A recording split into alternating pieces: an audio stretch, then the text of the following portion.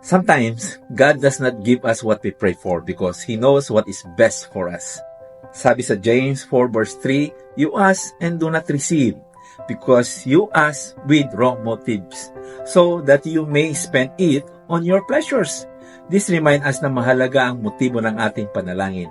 Kung ang ating panalangin ay makasarili o maaring magdulot ng harm sa atin o sa iba, maaring hindi ito ibigay ng Diyos.